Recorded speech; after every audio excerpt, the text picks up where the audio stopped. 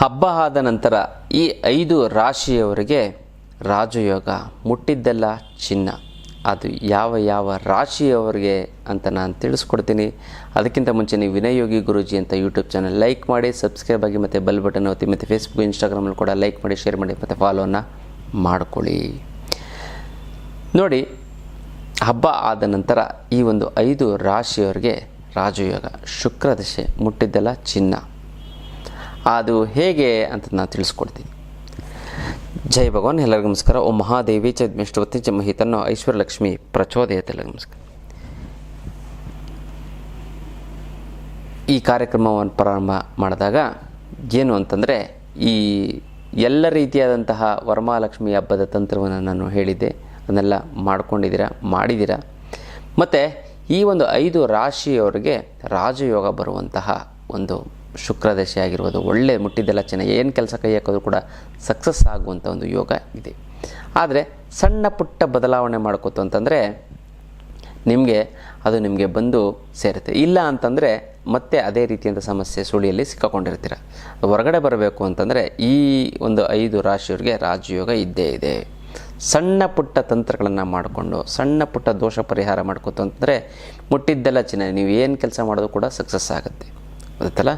ಮತ್ತು ಯಾರ್ಯಾರು ಹಾಗೆ ಒಳ್ಳೆಯದಾಗಬೇಕು ಈ ರಾಶಿಯವರಿಗೆ ಅಂತ ಅಂದ್ಕೊಂಡಿದ್ರು, ನೀವು ವಿಶೇಷವಾಗಿ ನಾನು ಸಂಕಲ್ಪವನ್ನು ಮಾಡ್ತೀನಿ. ನೀವೇನು ಮಾಡಬೇಕು ಅಂತಂದರೆ, ನಿಮ್ಮ ಹೆಸರನ್ನ ಕಮೆಂಟ್ ಮಾಡಿ, ಅಮ್ಮ ಮಹಾಲಕ್ಷ್ಮಿ ನಿನ್ನ ಆಶೀರ್ವಾದ ಸದಾ ನನ್ನ ಮೇಲೆ ಇರ್ತೀನಿ, ಶತಕೋಟಿ ನಮಸ್ಕಾರ ಅಂತ ಕಮೆಂಟ್ ಮಾಡಿ ಕಳಿಸಿ. ನಾನು ಸಂಕಲ್ಪವನ್ನು ಮಾಡ್ತೀನಿ, ತಂತ್ರವನ್ನು ಮಾಡಿ ಒಂದಕ್ಕೊಂದು ಸೇರಿ ತುಂಬ ಚೆನ್ನಾಗುತ್ತೆ, ಒಳ್ಳೆಯದಾಗ್ತಾ ಬರುತ್ತೆ. ಯಾವ ರಾಶಿಯವ್ರಿಗೆ ತುಂಬ ಒಳ್ಳೆಯದಾಗುತ್ತೆ ಅಂತ ನಾವು ನೋಡೋದಾಯಿತು ಅಂತಂದರೆ, ವೃಷಭ ರಾಶಿ. ಈ ವೃಷಭ ರಾಶಿಯವ್ರಿಗೆ ತುಂಬ ಮುಟ್ಟಿದ್ದೆಲ್ಲ ಸಕ್ಸಸ್ ಆಗುತ್ತೆ, ಚೆನ್ನಾಗಾಗುತ್ತೆ. ಇವ್ರೇನು ಮಾಡಬೇಕು ಅಂತಂದರೆ, ಹಸುವಿಗೆ ನೀವು ಹುಲ್ಲನ್ನು ತಿನ್ನಿಸಿ, ತುಂಬ ಚೆನ್ನಾಗಿ ನಿಮ್ಮ ದೋಷಗಳನ್ನೆಲ್ಲ ಹೀರ್ಕೊಳ್ಳುತ್ತೆ. ಹಸುವಿಗೆ ಹುಲ್ಲು ತಿನ್ನಿಸಿ, ಅಥವಾ ಬಾಳೆಹಣ್ಣು ಕೊಡಿ, ಅಥವಾ ಅಕ್ಕಿ ಮತ್ತು ಬಾಳೆಹಣ್ಣು ಎರಡೂ ಸೇರಿಸಿ ಒಂದು ತಟ್ಟೆಯಲ್ಲಿ ಕೊಡಿ. ಹಸುಗೆ ಎತ್ತು ಕೊಟ್ಟರು ಪರವಾಗಿಲ್ಲ ಬಸವಣ್ಣ, ಆದರೆ ಹಸು ಕೊಟ್ಟೆ ತುಂಬ ಶ್ರೇಷ್ಠ. ಹಸುವಿಗೆ ಕೊಡಿ, ನಿಮ್ಮ ದೋಷಗಳೆಲ್ಲ ಇರ್ಕೊಳ್ಳುತ್ತೆ. ಇದು ಮಾಡ್ತು ಅಂತಂದರೆ ನೀವೊಂದು ರಾಜಯೋಗ, ನೀವು ಏನು ಕೆಲಸ ಮಾಡೋದು ಕೂಡ ಸಕ್ಸಸ್ ಆಗುತ್ತೆ.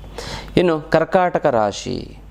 ಈ ಕರ್ಕಾಟಕ ರಾಶಿಯವ್ರು ಕೂಡ ತುಂಬ ಒಳ್ಳೆಯದು ಇದಾಗಿರುತ್ತೆ. ಇವ್ರು ಏನು ಮಾಡಬೇಕು ಅಂತಂದರೆ, ಮೀನಿಗೆ ಊಟ ಹಾಕಬೇಕು. ಒಂದು ಚಪಾತಿ ಹಿಟ್ಟನ್ನು ಕಲಿಸ್ಬಿಟ್ಟು ಎಲ್ಲಿ ನದಿ ಇರುತ್ತೆ ಅಲ್ಲಿ ಮುರಿದು ಇದಾಗ್ತು ಅಂತಂದರೆ ಸ್ವಲ್ಪನೇ ಮುರಿದು ಹಾಕ್ಬೇಕು. ಆವಾಗ ನಿಮ್ಮಲ್ಲಿರೋಂಥ ನೆಗೆಟಿವ್ ಎಲ್ಲ ಸರ್ ಅಂತ ಹೇಳ್ಕೊಳ್ಳುತ್ತೆ. ನಿಮ್ಗೆ ಗೊತ್ತಿಲ್ಲದಂಗೆ ಆ ಮೀನು ದೋಷವನ್ನು ತಿನ್ಕೊಳ್ಳುತ್ತೆ. ಅದಕ್ಕೆ ಮನೆಯಲ್ಲಿ ಅಕ್ವೇರಿಯಂ ಇಡಿ ಅಂತಂತೂ ಕೂಡ ಈ ಒಂದು ಸಣ್ಣ ಪರಿಹಾರ ಮಾಡ್ಕೋತು ಅಂತಂದರೆ ಖಂಡಿತವಾಗ್ಲೂ ನೀವು ಮುಟ್ಟಿದ್ದೆಲ್ಲ ಚಿನ್ನ. ಇನ್ನು ಧನುಸ್ಸು ರಾಶಿ. ಈ ಧನುಸ್ಸು ರಾಶಿಯವರು ಏನು ಮಾಡಬೇಕು ಅಂದರೆ, ಉದ್ದಿನ ಬೇಳೆಯನ್ನು, ರಾಹು ಪ್ರಭಾವ ಜಾಸ್ತಿ ಇರೋದ್ರಿಂದ ಉದ್ದಿನ ಬೇಳೆಯನ್ನು ನೀವು ದಾನ ಕೊಡಿ. ದೇವಸ್ಥಾನಕ್ಕೆ, ಬಡಬಗ್ರಿಗೆ, ಯಾರಿಗಾರು ಕೊಡಿ ಉದ್ದಿನ ಬೇಳೆ. ಅದನ್ನ ತಗೊಂಡು ಯೂಸ್ ಮಾಡ್ಕೊ, ಫಸ್ಟ್ ಕ್ಲಾಸಾಗಿ ಆಗ್ತೀರ, ಚೆನ್ನಾಗಿ ಆಗ್ತೀರ, ಗೊತ್ತಲ್ಲ. ಮತ್ತು ಅವರು ಕೂಡ ಮುಟ್ಟಿದ್ದೆಲ್ಲ ಚಿನ್ನ ಆಗುತ್ತೆ.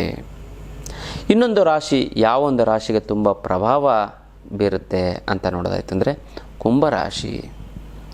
ಕುಂಭರಾಶಿಯವ್ರಿಗೆ ಮುಟ್ಟಿದ್ದೆಲ್ಲ ಕೂಡ ಚಿನ್ನ ಆಗುವಂಥ ಒಂದು ಯೋಗ ಬರುತ್ತೆ. ಇವರು ಏನು ಮಾಡಬೇಕು ಅಂತಂದರೆ, ದೇವಸ್ಥಾನಕ್ಕೆ ಸೋಮವಾರದ ದಿನ ನೀವೇನು ಮಾಡಬೇಕು, ದೇವಸ್ಥಾನಕ್ಕೆ, ಅದು ಶಿವನ ದೇವಸ್ಥಾನಕ್ಕೆ ಹೋಗಬೇಕು, ಬಿಲ್ವ ಪತ್ರೆಯನ್ನು ತೆಗೆದುಕೊಂಡು ಹೋಗಿ ದೇವರಿಗೆ ಕೊಡಿ. ಪುರೋಹಿತರು ಅದನ್ನು ತೆಗೆದುಕೊಂಡು ಭಗವಂತನ ಒಂದು ಪಾದಕ್ಕೆ ಹಾಕ್ತಾರೆ. ಫಸ್ಟ್ ಕ್ಲಾಸಾಗಿ ಆಗ್ತೀರಾ, ಚೆನ್ನಾಗಾಗುತ್ತೆ, ಮತ್ತು ನೀವು ಮುಟ್ಟಿದ್ದೆಲ್ಲ ಚಿನ್ನ ಆಗ್ತಾ ಬರುತ್ತೆ. ಇನ್ನು ಮೀನರಾಶಿಯವ್ರಿಗೂ ಕೂಡ ಅದ್ಭುತವಾದಂತಹ ಒಂದು ಯೋಗ ಇದೆ. ಮುಟ್ಟಿದ್ದೆಲ್ಲ ಕೂಡ ತುಂಬ ಚಿನ್ನ ಆಗುತ್ತೆ. ಹಬ್ಬ ಆದಮೇಲೆ ನೀವು ಇದನ್ನು ಮಾಡಬೇಕು, ಪಡ್ಕೋಬೇಕು ಅಂತಂದರೆ ಯೋಗ ಕರ್ಮಗಳು ಹೋಗಬೇಕು, ದೋಷಗಳು ಪರಿಹಾರ. ಯಾಕಂದರೆ ಒಂದು ಸೂಜಿ ಒಳಗಡೆ ಧೂಳು ಕೂತ್ಕೊಂಡು ದಾರ ಹೋಗಲ್ಲ. ಅದೊಂದು ಧೂಳು ತೆಗೆದುಬಿಡ್ತು ಅಂದರೆ ನೀಟಾಗಿ ದಾರ ಹೋಗುತ್ತೆ. ಅದಕ್ಕೆ ಏನು ಮಾಡಬೇಕು ಅಂತಂದರೆ, ಏನಿಲ್ಲ, ನೀವು ಪ್ರತಿನಿತ್ಯ ಅಂದರೆ ಮಿನಿಮಮ್ ಒಂದು 8 ಸೋಮವಾರ ನೀವೇನು ಮಾಡಬೇಕು ಅಂದರೆ, ಹಳದಿ ಪುಷ್ಪವನ್ನು ದೇವರಿಗೆ ಮುಡಿಸ್ಬೇಕು ಅಥವಾ ದಾನ ಕೊಡಬೇಕು ಅಥವಾ ಇದು ಮಾಡಿ. 8 ಸೋಮವಾರ ನೀವು ಕೊಡಿ ಹಳದಿ ಪುಷ್ಪ. ಅಕಸ್ಮಾತ್ ನೀವೇನಾದ್ರು ಬ್ಯುಸಿ ಇತ್ತು ಅಂತಂದರೆ ಬೇರೆಯವ್ರಿಗಾರು ಕೊಟ್ಟು ಕಳಿಸಿ. ಸೊ ಧರಿಸೋದು ನಿಮ್ಮ ಹಳದಿ, ಬರೀ ಹಳದಿದೇ ಧರಿಸ್ಬೇಕು. ಕೆಂಪು ಬೇರೆ ಬಣ್ಣದ್ದು ಯಾವುದು ಆಗಬಾರ್ದು. 8 ಸೋಮವಾರ ನೀವು ಅದನ್ನು ದೇವರಿಗೆ ಧರಿಸ್ತು ಅಂತ ದೇವರಿಗೆ ಕೊಡ್ತು ಅಂತಂದ್ರೂ ಕೂಡ ನಿಮಗೆ ಆ ಯೋಗವನ್ನು ಪಡ್ಕೊಳ್ಳೋಂಥ ಒಂದು ಯೋಗ ಇರುತ್ತೆ. ವರ್ಷಾನುಗಟ್ಟಲೆ ನೀವು ಚೆನ್ನಾಗಿರ್ತೀರ, ಆನಂದವಾಗಿರ್ತೀರ, ನೆಮ್ಮದಿ ಆಗಿರ್ತೀರ. ಹಣಕಾಸಿನ ಅಡೆತಡೆಗಳು ಯಾವುದೇ ಕಾರಣ ನೀವೇನು ಕೆಲಸ ಮಾಡೋದು ಕೂಡ ಸಕ್ಸಸ್ ಆಗೋದಿಲ್ಲ, ಎರಡು ಮಾತಿಲ್ಲ. ಇದು ವಿಶೇಷವಾದಂಥ ಒಂದು ವಿಚಾರ. ಯಾರ್ಯಾರು ಈ ಒಂದು ಕಾರ್ಯಕ್ರಮ ನೋಡ್ತಿರೋ ಮತ್ತು ಅದನ್ನು ಶೇರ್ ಮಾಡ್ತಿರೋ ಅವ್ರಿಗೆ ಭಗವಂತ ಆರೋಗ್ಯ ಐಶ್ವರ್ಯ ಕೊಟ್ಟು ಕಾಪಾಡಲಿ ಅಂತ ಭಗವಂತನಲ್ಲಿ ಕೇಳ್ಕೊತೀನಿ. ಇನ್ನಷ್ಟು ವಿಚಾರ ತಿಳ್ಕೊಳ್ಳೋಣ ಮುಂದಿನ ಸಂಚಿಕೆ. ಅಲ್ಲಿವರೆಗೂ